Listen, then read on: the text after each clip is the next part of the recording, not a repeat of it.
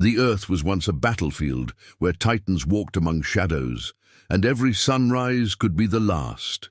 Imagine waking to a world where the ground trembles beneath footsteps larger than houses, where the sky burns with falling stars, and where survival means more than finding food, it means outsmarting extinction itself.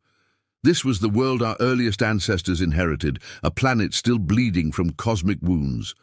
What would you do if you opened your eyes to find that everything capable of protecting you had already died? 66 million years ago, the Cretaceous period ended not with a whimper, but with the most violent 24 hours in Earth's history. The Chicxulub impactor, a mountain of rock and ice traveling at 70,000 kilometers per hour, struck the Yucatan Peninsula with the force of 10 billion atomic bombs. The impact carved a crater nearly 200 kilometers wide and 20 kilometers deep, instantly vaporizing everything within a 1,000-kilometer radius. But the explosion was merely the opening note of a symphony of destruction that would reshape the entire planet. The shockwave raced across continents faster than sound itself, triggering earthquakes that registered beyond any scale we know today. Molten rock, ejected into the stratosphere, rained down like burning hail across every continent. Forests ignited simultaneously on opposite sides of the world, turning the atmosphere into a furnace that cooked everything beneath it. The sky itself became fire, and in that moment, the age of giants ended. But here's what haunts paleontologists in their darkest research moments. The fire wasn't the real killer. When the flames finally died, something far more sinister began. The impact had hurled trillions of tons of pulverized rock and ash into the atmosphere, creating a shroud of darkness that encircled the globe. For months, perhaps years, the sun disappeared. Photosynthesis ceased. Plant life withered and died in a world trapped in perpetual winter. The food chain collapsed from the bottom up, and creatures that had survived the initial inferno now faced a slower, more agonizing death by starvation. The Tyrannosaurus rex, apex predator of its age, found itself stalking through a landscape of ash and bone. These magnificent predators, weighing as much as elephants and possessing jaws capable of crushing cars, were reduced to scavenging the frozen corpses of their former prey. Archaeological evidence suggests some resorted to cannibalism in their final desperate months, their fossilized remains bearing the unmistakable bite marks of their own kind. Yet in this apocalyptic wasteland, something extraordinary occurred, something that would determine whether intelligence would ever emerge on Earth. While the giants perished, small mammalian creatures no larger than rats huddled in burrows, surviving on seeds, insects, and the detritus of a dying world. These were not the noble ancestors we imagine, but desperate scavengers picking through the remains of a former paradise. Their survival wasn't heroic, it was purely accidental. They lived because they were small, because they were forgettable, because they were beneath the notice of a cosmos intent on erasing life from the planet. Scientists have discovered something chilling in the fossil record of this period. A thin layer of clay found in rock formations worldwide, rich in iridium, an element rare on Earth but common in asteroids. This boundary layer, barely visible to the naked eye, represents the exact moment when our planet nearly became as lifeless as Mars. Everything above this line died. Everything below it belonged to a world that would never return. But the story grows darker still when we realize this wasn't Earth's first dance with extinction. The Permian extinction, 252 million years ago, killed 96% of all marine species and 70% of terrestrial life. The Ordovician extinction eliminated 85% of all species when the planet froze into a snowball. The late Devonian extinction suffocated the oceans when oxygen levels plummeted catastrophically. Each time, life clung to existence by the thinnest of threads, and each time the survivors faced a transformed world where the old rules no longer applied. Our mammalian ancestors didn't inherit the Earth, They inherited its ruins. For millions of years after the Cretaceous extinction, these small survivors diversified and evolved in a world still haunted by the ghosts of giants. They developed larger brains, not through some noble pursuit of intelligence, but as a survival tool in an environment that had become utterly unpredictable. Every rustle in the undergrowth could signal death. Every change in weather could herald another extinction. Intelligence wasn't a gift. It was a weapon forged in the crucible of perpetual terror. And now, as we stand at the pinnacle of that evolutionary journey, we face an unsettling truth. We are not the inheritors of Earth's glory, but the descendants of its most desperate survivors.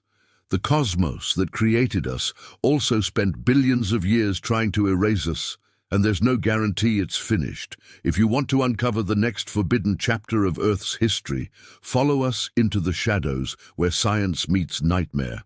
The small mammals that inherited Earth's ashes faced a world more alien than any science fiction nightmare. Picture landscapes where the skeletons of triceratops jutted from frozen ground like monuments to a forgotten war, where the silence was so complete that the sound of their own heartbeats became deafening. These weren't the lush forests we imagine. This was a planet in mourning, and our ancestors were its reluctant mourners. But evolution never sleeps, even in graveyards. 20 million years after the Great Dying, something unprecedented began stirring in the mammalian survivors. Their brains, once simple survival computers designed for finding food and avoiding death, started expanding at a rate that defied natural selection's usual patience. The Paleocene epoch witnessed an explosion of mammalian diversity as species rushed to fill the ecological void left by the dinosaurs. Yet this wasn't a celebration. It was a desperate scramble in a world where yesterday's rules had been incinerated. The early primates that emerged from this chaos were nothing like the noble ancestors we picture in museum displays. Plesiadapis, one of our earliest primate relatives, lived 55 million years ago in a world still recovering from planetary trauma. These creatures, no larger than house cats, developed forward-facing eyes not for intelligence, but for survival, the better to spot the massive predatory birds that had inherited the dinosaurs' killing instincts. Here's what paleontologists whisper about in their private moments. Intelligence might be evolution's cruelest joke. As mammals diversified and grew larger, they faced new forms of terror. The Paleocene-Eocene thermal maximum, 56 million years ago, saw global temperatures spike by 8 degrees Celsius in mere thousands of years. The polar ice caps melted completely, turning Earth into a greenhouse nightmare where crocodiles basked at the North Pole. Our primate ancestors watched helplessly as forests burned and entire ecosystems collapsed around them. Those who survived did so by developing something unprecedented, the ability to imagine tomorrow's disasters before they arrived. The Eocene epoch brought new giants to terrorize the small and clever. Andrewsarchus, a wolf-like predator the size of a grizzly bear with jaws that could crush bone like twigs, hunted the forests where our ancestors cowered. Uintatherium, a rhinoceros-sized herbivore with skull protuberances like war hammers, could accidentally crush entire family groups of early primates beneath its feet. Death stalked every shadow, and intelligence became the only refuge for creatures too small to fight back. But intelligence brought its own torment, the burden of awareness in a cosmos indifferent to suffering. By the Oligocene epoch, 34 million years ago, our ancestors had developed something that would doom them to eternal anxiety: self-awareness. The first true anthropoids could recognize themselves, plan for future disasters, and most terrifyingly, understand their own mortality. They lived in a world where saber-toothed cats prowled the darkness and where volcanic eruptions could bury entire continents in ash. But now they could anticipate these horrors in vivid detail. Archaeological evidence reveals disturbing patterns in early primate behavior during this period. Fossil sites show signs of ritualistic behavior, the deliberate burial of dead companions, the arrangement of stones in patterns that serve no survival function. These weren't celebrations of life, but desperate attempts to bargain with a universe that seemed intent on extinguishing consciousness itself. The climate grew colder and more volatile, forcing intelligence to evolve even faster than evolution typically allows. As ice ages began their relentless cycle, our ancestors faced a new kind of extinction, the slow strangulation of their forest homes. The Miocene epoch saw grasslands expand across continents as forests retreated to isolated refuges. Australopithecus afarensis, Lucy and her kind, emerged 4 million years ago not as triumphant pioneers, but as climate refugees forced to abandon the trees that had sheltered their lineage for millions of years. These early hominins walked upright, not from some noble drive toward progress, but because their world was literally shrinking beneath their feet. Standing tall allowed them to spot predators across open savannas where hiding was impossible. Their enlarged brains processed not abstract thoughts, but survival calculations. Which path avoided the saber-toothed tigers, which water sources weren't poisoned by volcanic ash, which caves offered shelter from the ice that crept ever southward. The fossil record reveals their desperation in bone-deep detail. Cut marks on ancient remains show evidence of cannibalism during the harshest climate swings. Tool use emerged not from curiosity, but from the simple necessity of cracking bones to extract marrow when all other food sources had vanished.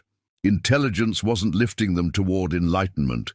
It was dragging them through an endless gauntlet of survival scenarios that would have driven lesser minds to madness. And then came the Toba supereruption, 74,000 years ago, the catastrophe that nearly erased human consciousness from the universe entirely. This volcanic explosion, originating in what is now Indonesia, ejected 2,800 cubic kilometers of ash into the atmosphere, triggering a nuclear winter that lasted decades. Human populations crashed to perhaps as few as 10,000 individuals worldwide. Our species teetered on the edge of extinction, reduced to scattered tribes huddling around fires in a world where the sun had once again disappeared. Yet somehow, impossibly, we survived, and in surviving we became something the universe had never seen before, a species capable of remembering its own near extinctions. Modern humans carry the genetic bottleneck of Toba in our DNA, a molecular scar that reminds us how close we came to joining the dinosaurs in oblivion. We are not evolution's masterpiece, but its most traumatized survivors, shaped by cosmic violence into creatures capable of contemplating our own mortality while the universe continues plotting our destruction. If you want to discover what other extinction events are written in our genes and what they reveal about the disasters yet to come, follow us deeper into the shadows of deep time.